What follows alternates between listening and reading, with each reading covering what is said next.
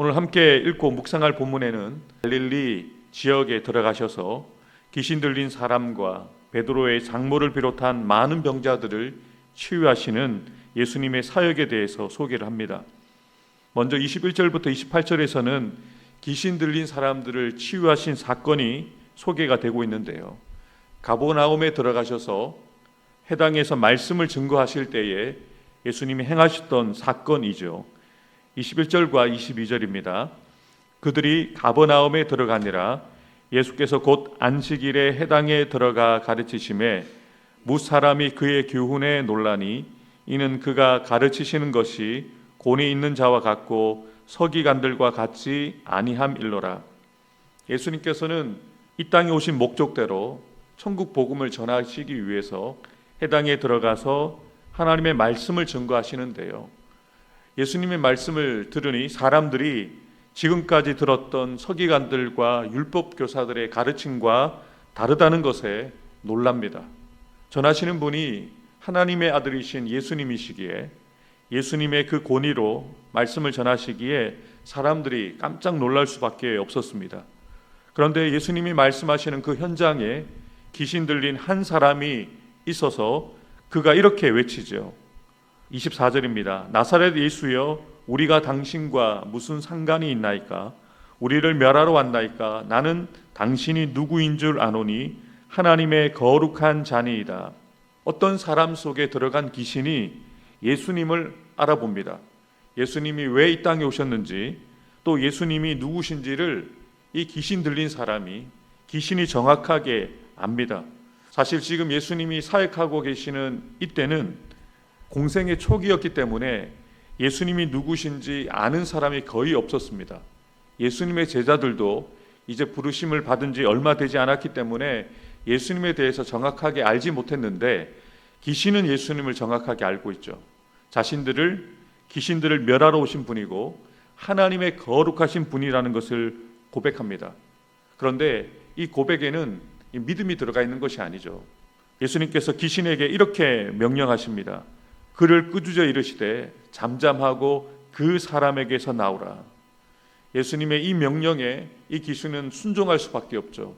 말씀에도 권위가 있지만 또 그 말씀에 권세가 있으신 예수님의 말씀을 들은 귀신도 예수님의 말씀에 순종하여 그 사람에게서 나오게 되어지는 역사를 사람들이 보게 되어집니다. 그리고 27절에 그 현장에 있었던 사람들의 반응이 소개가 되어지죠. 다 놀라 서로 물어 이르되 권위 있는 새 교훈이로다. 더러운 귀신들에게 명한즉 순종하는도다. 예수님의 말씀 자체에도 권위가 있었고 권세가 있었지만 그 예수님의 말씀에 귀신이 굴복하고 떠나가는 것을 보고 사람들이 놀라게 되어지는 것을 보게 되어집니다. 그래서 이 소문이 온 갈릴리 지방에 퍼졌다라고 28절에 소개를 하죠. 지금까지 들어보지 못한 말씀, 지금까지 들어보지 못한 역사들이 예수라는 분을 통해서 나타나게 되어지니까 사람들의 입을 통해서 입소문이 전해지게 되어진 것이죠.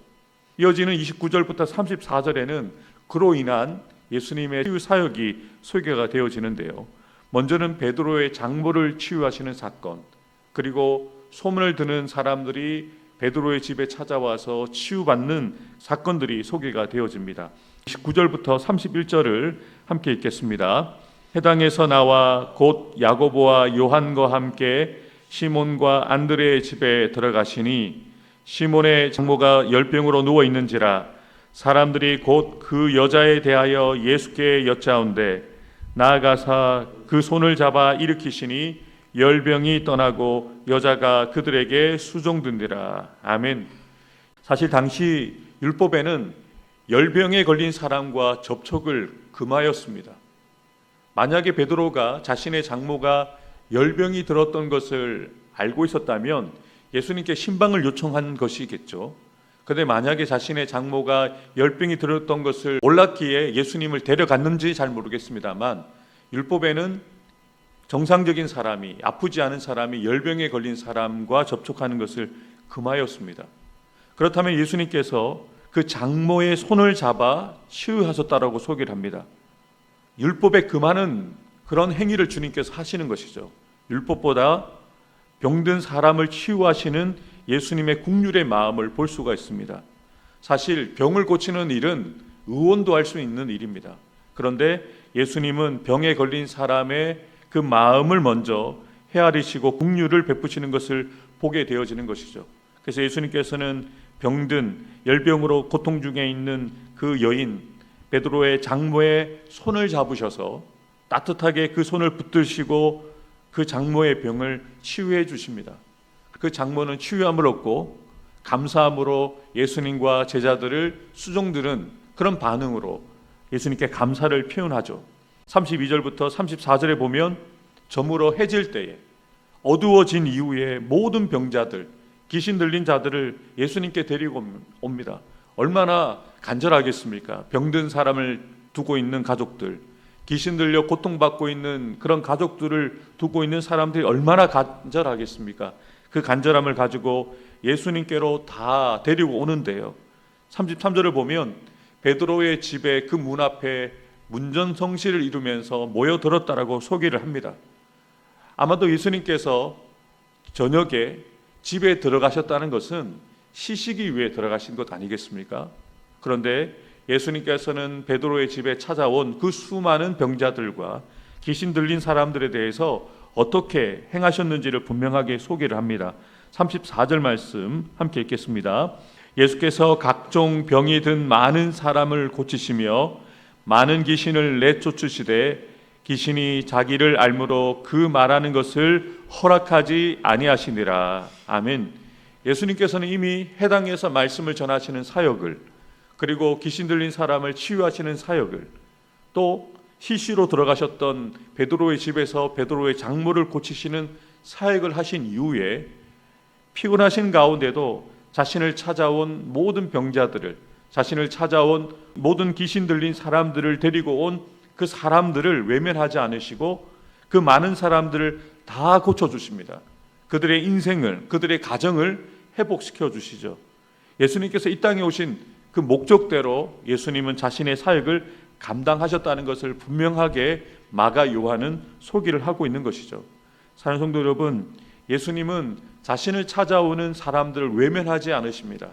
병든 사람, 귀신 들린 사람, 그리고 아픈 사람들과 귀신 들린 가족들로 인하여 마음의 상처와 아픔을 가지고 있는 사람들을 돌려보내지 않으시고 그들의 모든 문제들을 해결해 주시고 치유해 주시고 회복시켜 주시는 것을 보게 되어지는 것이죠. 왜냐하면 예수님께서는 이 땅 가운데 하나님의 나라를 선포하시기 위해서, 하나님의 나라를 이루어 가시기 위해서 이 땅에 오셨기 때문에 그 목적대로 하나님 나라의 복음을 가르치실 뿐만 아니라 말로만 하나님의 나라를 선포하시는 것이 아니라 귀신을 쫓아내셔서 사탄의 나라를 무너뜨리시고 하나님의 나라를 세워가시기 위해서 귀신을 쫓아내시고 병든 자들을 치유해 주심으로 하나님 나라가 도래했음을 말이 아닌 삶을 통해서 보여주고 계시는 것이죠. 사랑하는 성도 여러분, 오늘 주신 말씀을 통해서 우리가 간절히 사모하고 또 도전을 받아야 될 것은 기록되어진 말씀이고 이미 되어진 사건이지만 오늘 우리에게도 일어날 수 있는 사건이라는 것이죠.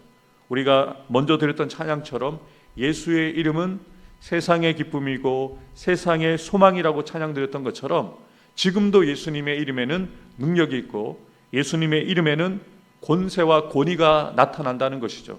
그래서 오늘도 우리가 기도할 때 예수의 이름을 부르며 나갈 때 우리 가족들 가운데 있는 육체의 질병의 문제들, 마음의 상처, 또 악한 영들의 역사를 통해서 묶이고 매인 역사들이 우리 가정 가운데 나타나고 있다면 예수의 이름으로 우리가 선포하고 또 예수님의 이름으로 간구하고 기도할 때 오늘 기록된 말씀에 나타난 사건들이 우리에게도 일어날 수가 있다는 것이죠.